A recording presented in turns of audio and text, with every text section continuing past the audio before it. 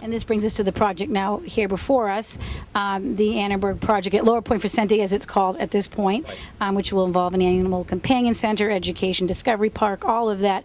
What is the vision behind that, and why right here on our coast? Right.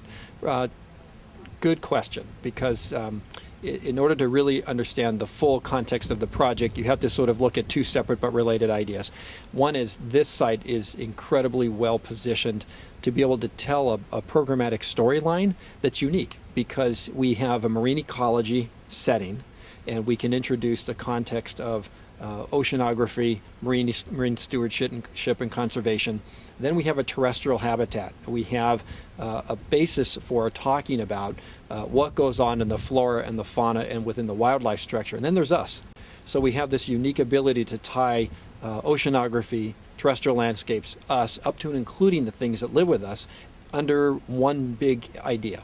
And so the overarching concept here is to really look at the linkages and the common elements between these three different ecosystems, which is incredibly unique to this particular site. So the way the programmatic development of this has happened is that the program is really highly tailored for this specific site.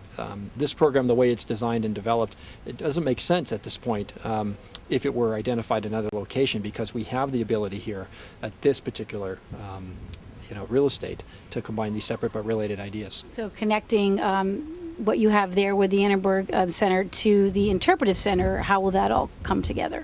Well, it's interesting. We're in a setting here when you have, if we use the gray whale migration as an example, you can physically come out to the cliffs here and you can see migrating gray whales. But it turns out that the Palos Verdes Peninsula used to be and have a couple of whaling stations. I mean, we're talking 19th century, but if we go right down the coast south, if you're at Abalone and Portuguese Bend areas, there were active whaling stations there. So you look at our impact on the environment and the impact of the environment on our lives. So now we sort of fast forward and we look at creating what we're calling a discovery park, where all of the elements here at Lower Point Vicente would be devoted to a learning experience for the public. Talk about the experience in terms of the Animal Companion Center component, which seems, I think, to spark the most concern. Talk about that, and if there's any myths out there about really what's going to happen. Okay. I mean, that's the question we get probably more than any other question is, what is it and what do I do if it is to be developed, what happens there when I get there? So we've used it, this sort of analogy of what's it like to sort of go and spend a day in the life of the project. Okay, so one of the things that's unique about coming down to this site is you see people using the trails. People walk the trails, they're out hiking, they're walking their dogs and that kind of thing along the coast. And so one element of the project will greatly enhance the trail network, because the trail comes along the bluff here, but most of the property is inaccessible. So it will actually improve the trail network. Another condition of the project, or another element of the project, is it will greatly enhance the opportunity for volunteerism. There's a very strong docent program, of course, at the Interpretive Center, but there'll be lots of additional opportunities, particularly for young people, to be involved in that. The other thing that it will do, it will add outdoor exhibits. And so those outdoor exhibits will get into some of the history of the peninsula. We'll look at the archaeology. We'll look at the paleontology. We'll look at the Tonga villages that used to dominate here. That's another element. And then if you go into the new facility, that becomes a place of community congregation. And part of what will happen in that is about our relationship with other living things, up to and including companion animals. We've also heard, or somebody asked in a public meeting one day, where the, quote, crematorium was going to be, whether it's not going to be a crematorium. So I want to set the record straight there. I'm not sure, how some of those things evolve about the quantities of animals or issues like that programmatically. So I appreciate the chance to address that. If we look at the companion animal and the adoption component of the project, it's less than 10% of the entire programmatic footprint of the facility.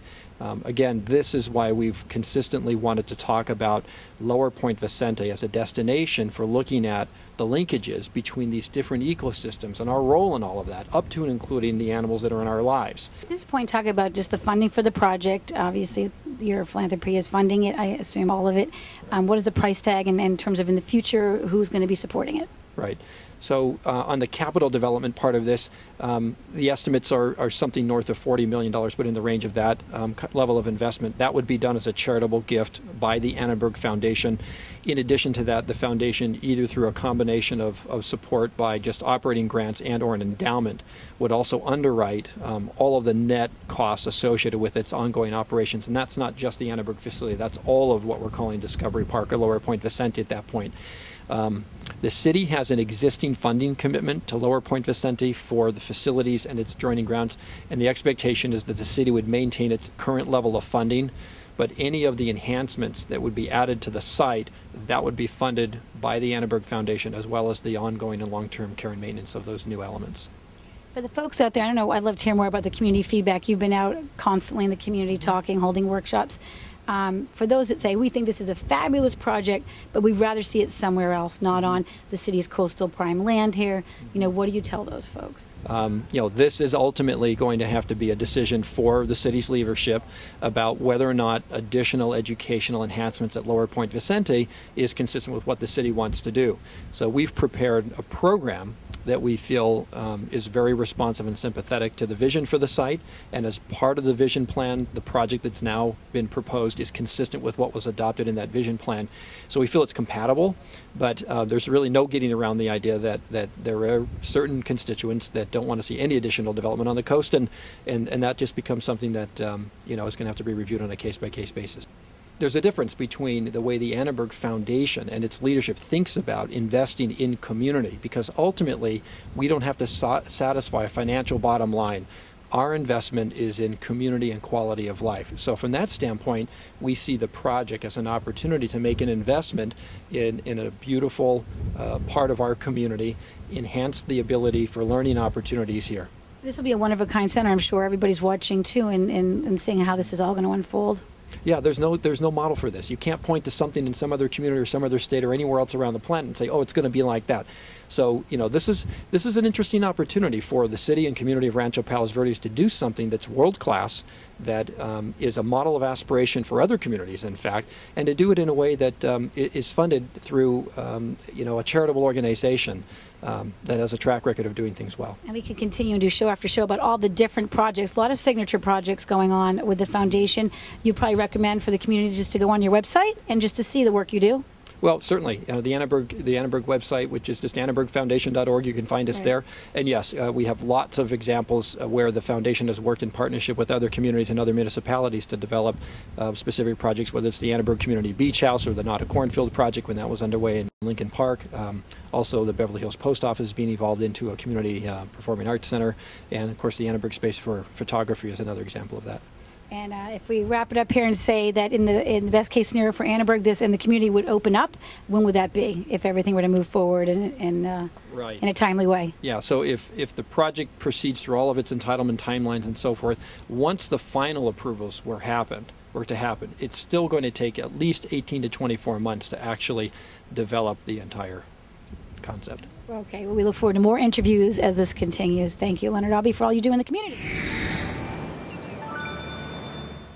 And that will do it for this edition of RPV City Talk. I'm Liz Brown Swanson. Again, for more information on the proposed project here at Lower Point Vicente, you can log on to our city website at palosverdes.com/RPV. Thanks for joining us. See you next time.